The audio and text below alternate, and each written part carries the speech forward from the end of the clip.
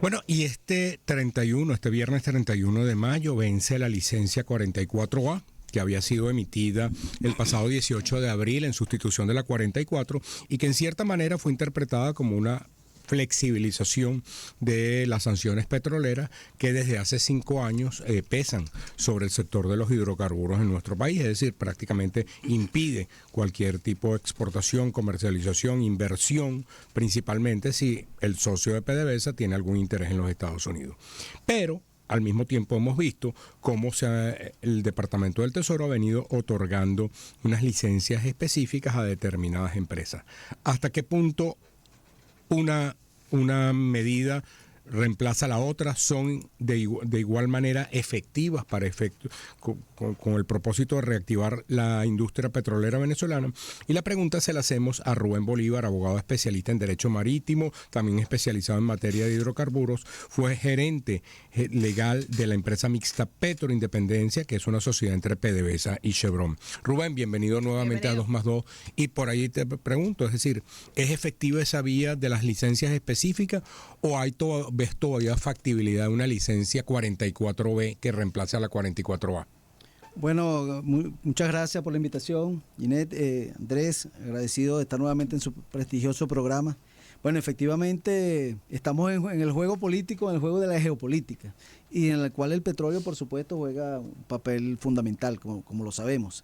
Estados Unidos y Venezuela están jugando un ajedrez actualmente con el tema de las sanciones, con el tema de todo lo que es la participación de empresas petroleras en Venezuela. Y recordemos que, bueno, obviamente ya a menos de 2 meses estamos con una campaña electoral en la cual tendremos elecciones nacionales para elegir un presidente aquí en Venezuela, y a la vuelta de 4 o 5 meses, en noviembre, estaremos con elecciones en Estados Unidos. De manera que todos estos elementos, por supuesto, juegan un papel importantísimo en lo que significa la geopolítica del petróleo. En ese contexto, obviamente tenemos ya a la puerta, ya lo decía Andrés, el 31 de mayo, o sea, pasado mañana, está previsto que finalice el plazo que dio la licencia 44A para que las empresas que están haciendo vida activa en Venezuela, productiva desde el punto de vista del petróleo y el gas, puedan adecuarse a los procedimientos normativos para prácticamente, como lo dijo la misma licencia, wind up, o sea, es como finiquitar, es como ir cerrando, vayan cerrando los procesos operativos, los procesos administrativos para que se retiren, porque va el que siga después de esa fecha en una situación trabajando en Venezuela va a caer en una situación de sanciones. Obviamente en ese escenario cuando fue dictada esta licencia, estaba todavía claro el tema de la candidatura del sector opositor venezolano.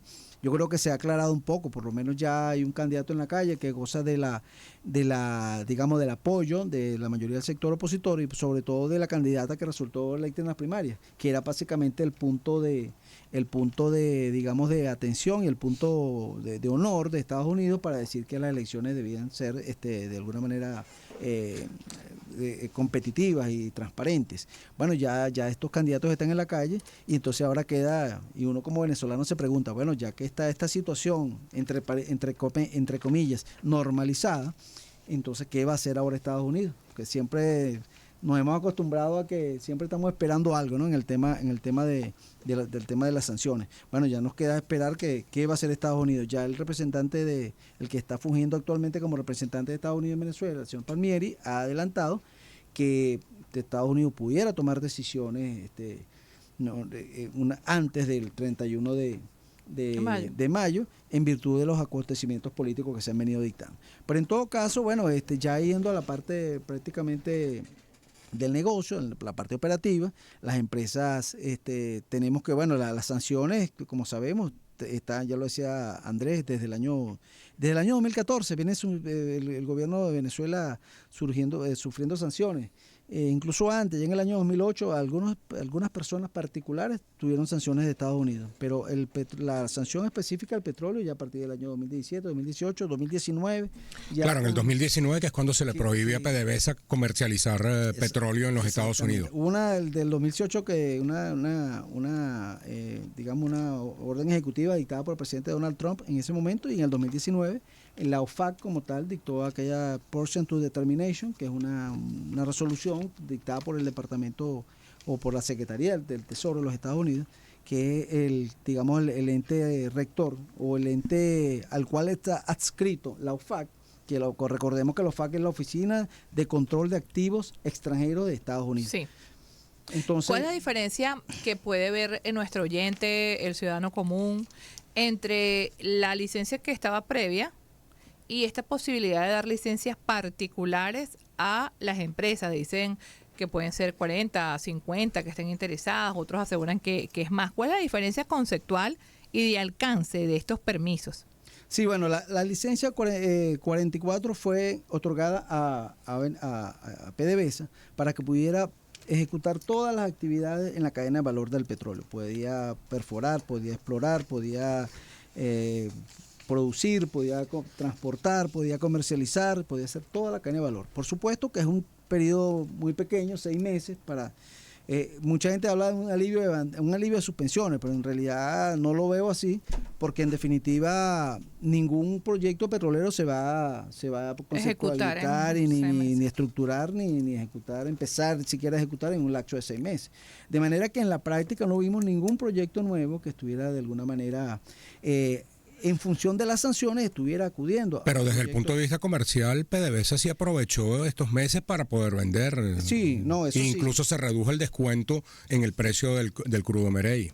Eso es correcto. Fíjate que, para aclarar un poco lo que dije anteriormente, los proyectos o para decirlo de otra forma, las empresas que están actualmente dispuestas a trabajar con Venezuela, a pesar de las sanciones, están con o sin sanciones, porque en definitiva esas empresas sabían que en un periodo de 6 meses no iban a poder conceptualizar un proyecto petrolero y empezarlo a ejecutar.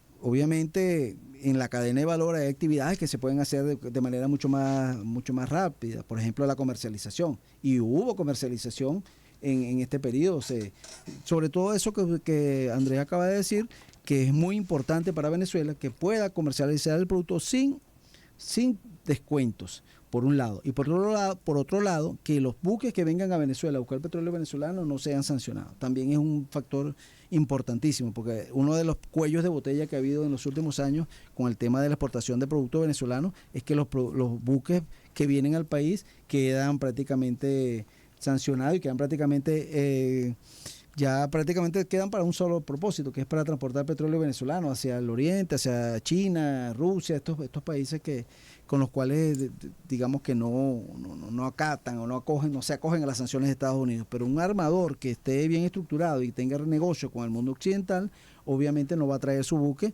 para que el buque quede sancionado e incluso posiblemente toda la flota. Recordemos que estamos entrevistando al abogado Rubén Bolívar, especialista en materia energética. Y te pregunto, Rubén, fíjate que la semana pasada en el evento de Fede Industria, el ministro del Petróleo, Pedro Tellechea, reiteró varias veces, tanto en lo que fue su intervención en ese congreso como en sus declaraciones, que Venezuela no necesita licencias, ¿no? Y presentó una cifra, es decir, donde habla de que la producción petrolera está por encima de los 900.000 barriles. Fue la cifra cuando se suman los condensados, y la gráfica mostraba que la expectativa es llegar a 1.200.000 barriles. Eso, viendo las cifras oficiales, estamos hablando de un incremento importante, de 50% prácticamente. ¿Eso es viable? Es decir, ¿consideras que ese incremento de la producción es viable o se sustenta básicamente en esta licencia que sí se va a mantener, que es la que tiene la empresa Chevron? Obviamente que si hay licencia y se suaviza o digamos se flexibiliza el tema de las sanciones, obviamente que sí podrá ser con más factibilidad alcanzar esa cifra. Incluso el presidente de PDVSA había anunciado que era 1 millón de barriles de los primeros tiempos, ¿no? Que la cifra, digamos, simbólica para Venezuela para digamos, alcanzar y para decir, mira, estoy derrotando. Lo sigue diciendo, que aspira al millón. Exacto, es el millón de barriles. Se le ha puesto cuesta arriba a la producción en los últimos meses. Los reportes de la OPEP ha habido un pequeño retraso en cuanto a la producción en los últimos 2 meses. Sin embargo, bueno, muy pequeño en realidad, menos del 5% en definitiva, pero no ha permitido incrementar la producción. Obviamente que, y para nadie es un secreto que esto impacta muchísimo, el hecho de que existan sanciones en Venezuela. Las sanciones es un hecho comprobado que afectan. Primero porque Venezuela entonces no puede, en el tema petróleo, ni PDVSA, ni los contratistas, ni las empresas que de una u otra manera interactúan, pueden tener cuentas internacionales. La opacidad que se genera allí impide en muchas formas la participación. Por otro lado, PDVSA no tiene acceso a los diluentes que son los que en definitiva permiten que se pueda transportar el petróleo de la faja del Orinoco hacia los mejoradores y tener posibilidades comerciales, ¿no? De mejorar el petróleo de 8 grados API, llevarlo a un petróleo medio de 16 grados API, que es el petróleo comercial de Venezuela. Eso se complica muchísimo si no hay los diluyentes. Sin embargo, la licencia que tiene Chevron, que actualmente está en ejecución, se está reactivando todos los meses. Todos los meses se activa, además de la licencia 8N, que es la que tiene las 4 empresas, digamos las 4 grandes empresas de servicios, Halliburton, Schlumberger, Weatherford y la Baker Hughes. Ellas también apoyan el proceso productivo, más allá de que no pueden perforar, no ven una cantidad de limitaciones que tienen desde el punto de vista operativo. Sin embargo, sus actividades se van manteniendo. Yo creo, Andrés, y en definitiva, y que si con un esfuerzo, porque también he visto, y como digo una cosa, digo la otra, ya nosotros, como estudiosos de este tema y con nuestras empresas que siempre estamos haciendo, digamos, estos seguimientos y estudiando la inteligencia de mercado del sector petrolero venezolano, hay muchos interesados, muchas empresas interesadas de varios países, de muchos países, del Medio Oriente, incluso de Norteamérica y de Canadá, que están actualmente interesados en invertir en petróleo venezolano. Ahorita Venezuela quizá tiene un factor de riesgo muy grande, pero por otro lado los márgenes de ganancia también son bastante grandes. Y las oportunidades de negocio están digamos, pululando, por utilizar un término bien coloquial. Pero en definitiva hay empresas que son, digamos, más audaces, que tienen una mayor aceptación al riesgo sí, financiero, y están apostando por Venezuela, están viniendo a Venezuela. Lo sé de primera mano porque incluso a nosotros nos han llegado muchas empresas que están consultando. Y PDVSA, perdona, Janet, sí, no se preocupe. PDVSA también.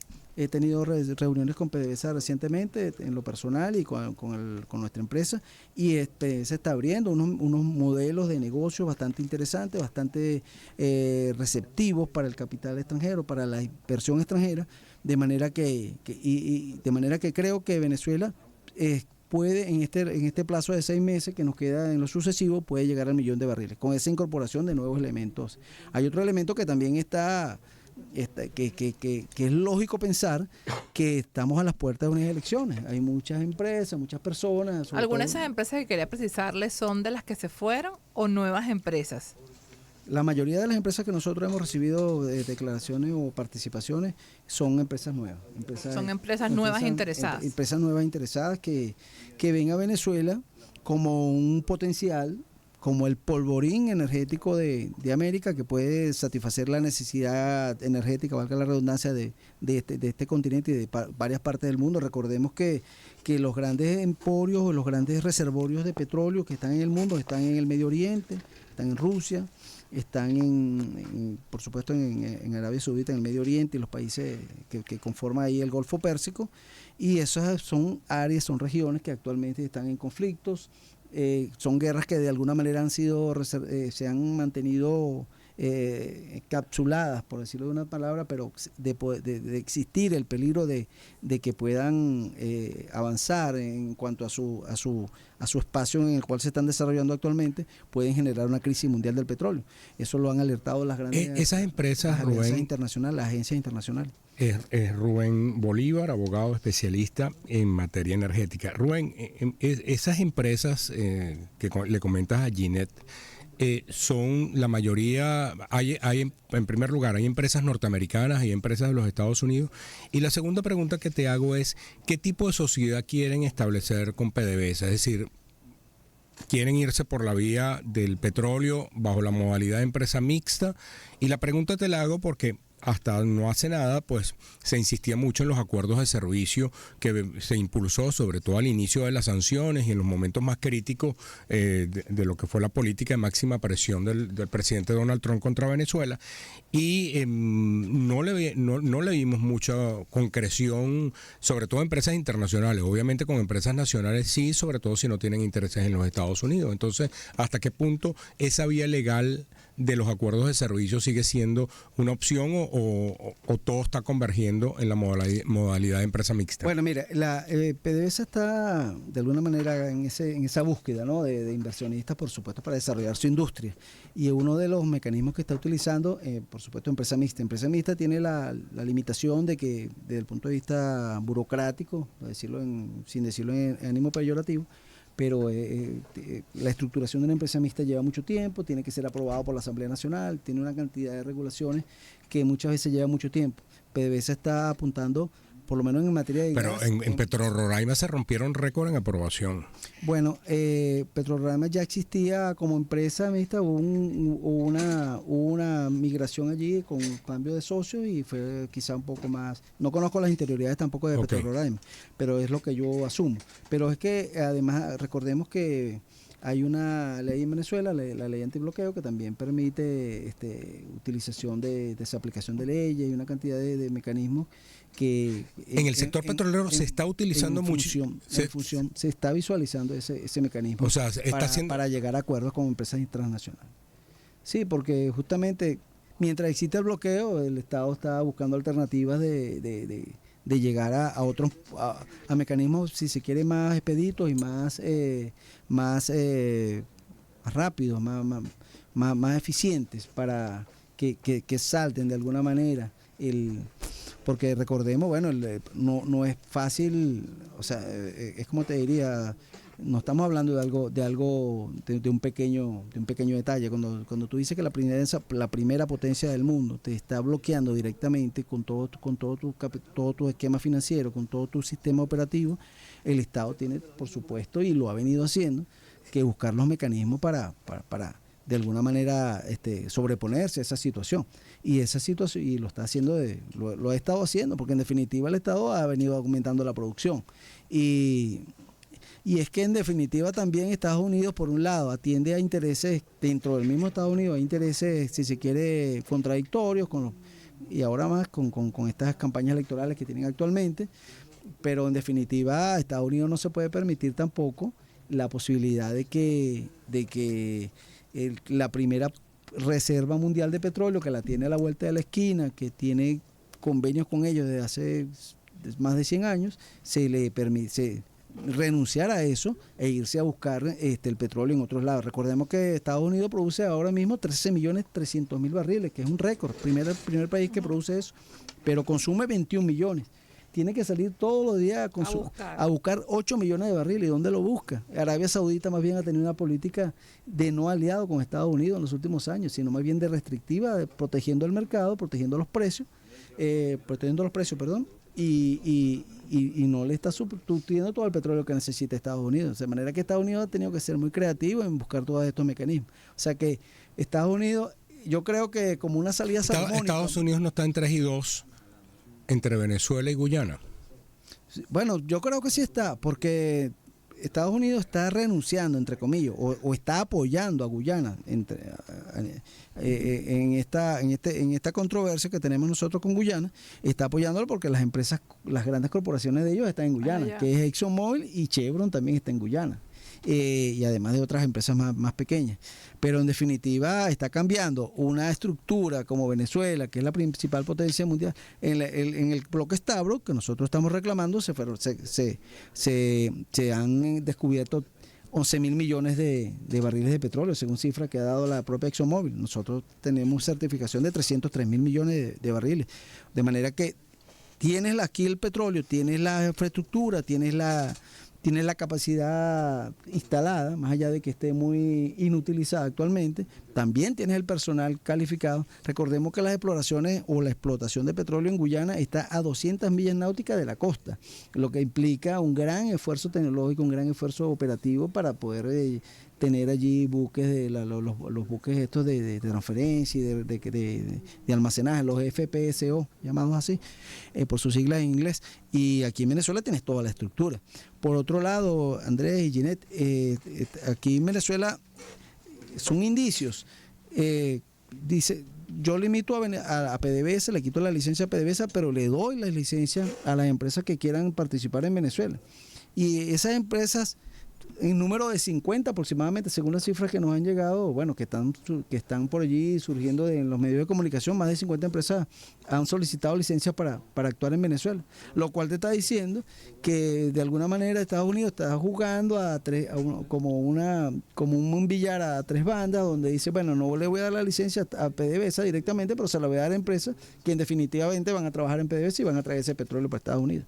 Entonces, bueno, sí, como empezamos al principio, un juego geopolítico que está muy interesante y que, bueno, y que continuará. Y que tendrá uno de sus puntos, digamos, álgidos será, lo veremos en las próximas 48 horas. Veremos, bueno, y todavía queda suficiente alfabeto para darle literales a las distintas licencias. Era Rubén Bolívar, abogado especialista en Derecho Marítimo, experto en materia de hidrocarburos. Y bueno, vamos con publicidad. Así es, vamos con BAM+, porque, amiga, ¿cuántas emprendedoras conoces, verdad? Seguro te sobran los dedos de las manos y seguro las tienes algunas muy cerca. ¿Y por qué no? Puede ser tú. BAM+